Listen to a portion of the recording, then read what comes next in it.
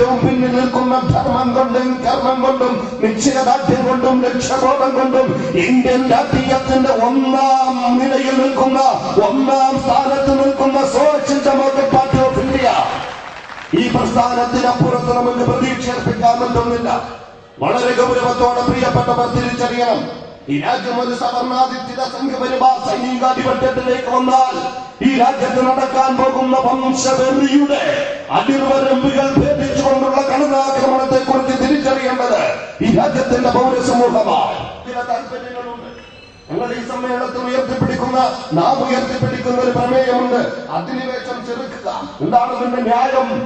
നാം അറിയണം, ഈ രാജ്യത്ത് ജനാധിപത്യ ഭരണ സംവിധാനം ലോകത്തെവിടെ നിലനിൽക്കുന്നുണ്ടെങ്കിലും അധിനിവേശ സാമ്രാജ്യത്തെ സൈനിസ്റ്റ് ശക്തികളുടെ താല്പര്യത്തെ ചെറുത്തു തോൽപ്പിക്കുമെന്നത് ഒരു യാഥാർത്ഥ്യമാണ്.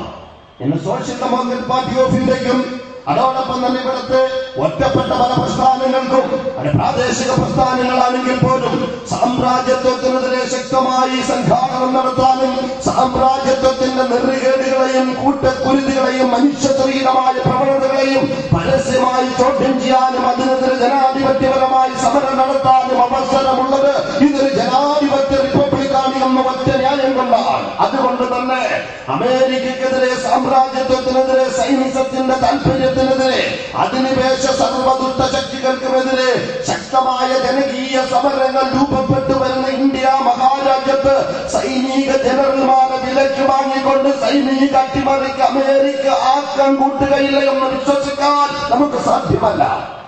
അതാണ് മാക്സ് സ്റ്റാലിസ്റ്റ് ചീഫ് ജുഡീഷ്യൽ മജിസ്ട്രേറ്റ് എന്നൊക്കെ പറയാവുന്ന നിലയിൽ കണ്ണൂരിന്റെ ജില്ലാ കോടതി നടപ്പിലാക്കിയ ഒരു വിധി. എന്താ വിധി?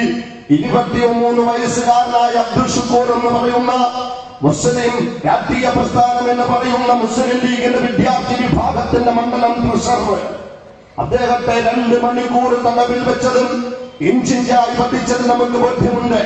ഭയാശങ്കയുടെ രാഷ്ട്രീയ പ്രവണതയിൽ നിന്നുകൊണ്ട് 2.5 വർഷമായി നിർഭയത്വത്തിന്റെ രാഷ്ട്രീയ പഠനങ്ങൾ പറയുമ്പോൾ ഈ പറയുന്നത് തീവ്രവാദമാണ്, ഭീകരവാദമാണ് എന്ന് നാഴികൾക്ക് 40 വട്ടം നാട് മുഴുവനും പറഞ്ഞു നടന്ന KM ഷാജി എന്ന കേരളീയ രാഷ്ട്രീയത്തിന്റെ നപുംസക രൂപമുണ്ടല്ലോ. ഞാൻ സാന്ദർഭികമായി ഓർമ്മപ്പെടുത്തട്ടെ, ഞങ്ങൾ നിർഭയത്വത്തിന്റെ രാഷ്ട്രീയം പറഞ്ഞപ്പോൾ അത് ഫാഷിസത്തിന്റെയോ ബ്രാഹ്മണിസത്തിന്റെയോ സംഘപരിവാറിന്റെയോ മാർക്സിസത്തിന്റെയോ ഗാന്ധിസത്തിന്റെയോ സോഷ്യലിസത്തിന്റെയോ ഭീകരമായ താണ്ഡവങ്ങളുടെ മുന്നിൽ നിർഭയത്വത്തിന്റെ രാഷ്ട്രീയ മുന്നേറ്റമാണ് വേണ്ടതെന്ന് കൃത്യമായി നിർവചിച്ചു പറഞ്ഞപ്പോൾ ആ പറയുന്നത് തീവ്രവാദമാണ് എന്ന് മധുചേരിൽ നിന്ന് പറഞ്ഞ് ഞങ്ങളിവിടെ സമാധാനമാണ് നമുക്ക് വേണ്ടത്. ഞാൻ അവസാനിക്കുമ്പോ ആലോചിച്ച് നോക്കി, നമ്മളിപ്പോ നോക്കുമ്പോ അപ്പുറ ഒരു നിസ്സഹരായ ഒരാളെ, ഒരു കുടുംബത്തെ 5-6 ആളുകൾ ഗുണ്ടകൾ ഞങ്ങൾ തല്ലുക. ആ തല്ല് ഒരു വിഭാഗം തല്ല് കൊണ്ടുകൊണ്ടിരിക്കുന്നു, മറ്റൊരു തല്ലിക്കൊണ്ടിരിക്കുക. അത് കാണുമ്പോൾ അതാണ് ഈ നാടിന്റെ സമാധാനം. അല്ല, നമ്മൾ പറയുന്നു അല്ല, ആ തല്ലുന്നവന്റെ കൈ പിടിക്കണം, പിടിച്ചിട്ട് പറഞ്ഞ മരുടടാ കാട്ടാടാ ഇങ്ങനെ ചെയ്യല്ലേ എന്ന് പറയണം.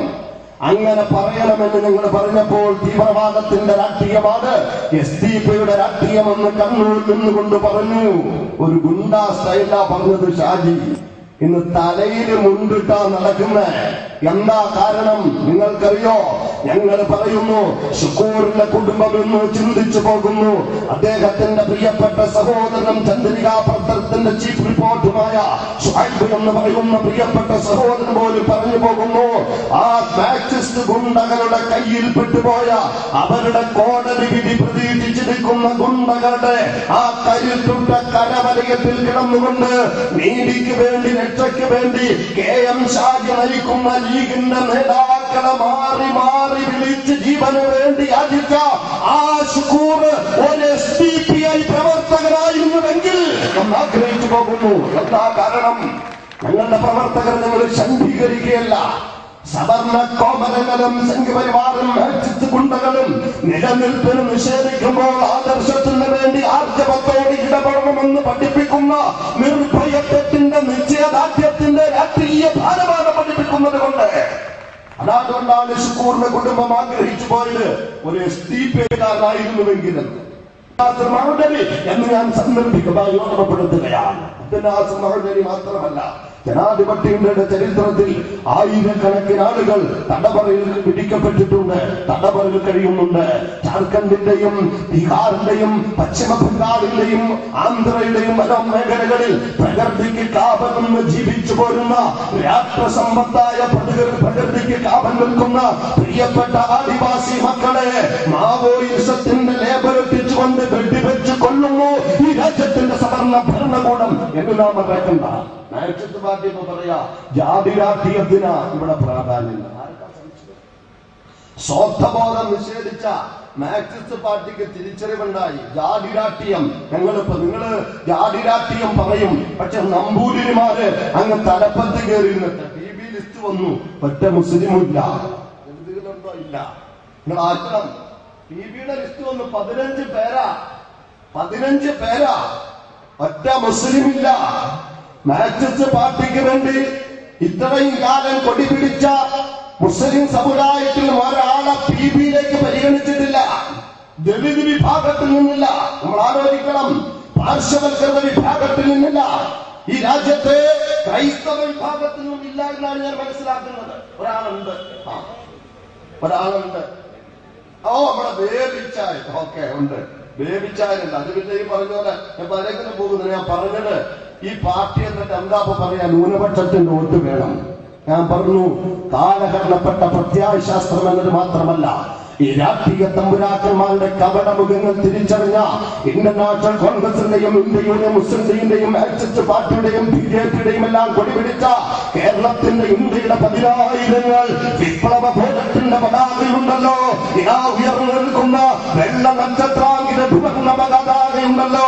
കേരളത്തിലും തമിഴ്നാടിലും ആന്ധ്രയിലും പശ്ചിമ ബംഗാളിലും ബീഹാറിലും UPയിലും മഹാരാഷ്ട്രയിലും മണിപ്പൂരിലുമെല്ലാം പാടിക്കളിക്കുന്ന മഹാനായ BR അംബേദ്കർ പറഞ്ഞ സാമൂഹിക ജനാധിപത്യം പുലരുന്ന ഇന്ത്യയുടെ സുന്ദര ഭാവിയിൽ ഉയർത്താനുള്ള ഈ പതാകയുടെ പിന്നാലെ ഈ പ്രസ്ഥാനങ്ങൾ കൈവിടിഞ്ഞുകൊണ്ട് പൗരസമൂഹമുണ്ടാകും, സാമാന്യ ജനവിഭാഗമുണ്ടാകും എന്ന ശുഭപ്രതീക്ഷയോടെ നിർഭയത്വത്തിന്റെ നിശ്ചയദാർഢ്യത്തിന്റെ സൗഹൃദത്തിന്റെ തിരുത്തിന്റെ ഉണർവിന്റെ മുന്നേറ്റത്തിന്റെ രാഷ്ട്രപുനർനിർമ്മാണത്തിന്റെ നവരാഷ്ട്രീയ ധാരയിലേക്ക് എന്റെ പ്രിയപ്പെട്ടവരെ ഉണർത്തിക്കൊണ്ട് ഈ സന്ദേശം നിങ്ങളാണ് കൈമാറേണ്ടത്.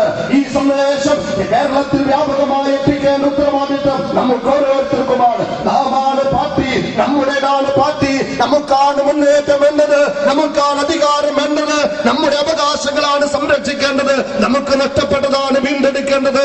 അതിന് ശുഭകരമായ മുന്നേറ്റം ഉണ്ടാകട്ടെ എന്ന് ആശംസിച്ചുകൊണ്ട് നിങ്ങൾക്കെല്ലാം അഭിവാദ്യം അർപ്പിച്ചുകൊണ്ട് ഞാൻ അവസാനിപ്പിക്കുന്നു. ജയ് ഹിന്ദ്, ജയ് SDPI. അസ്സലാമു അലൈക്കും.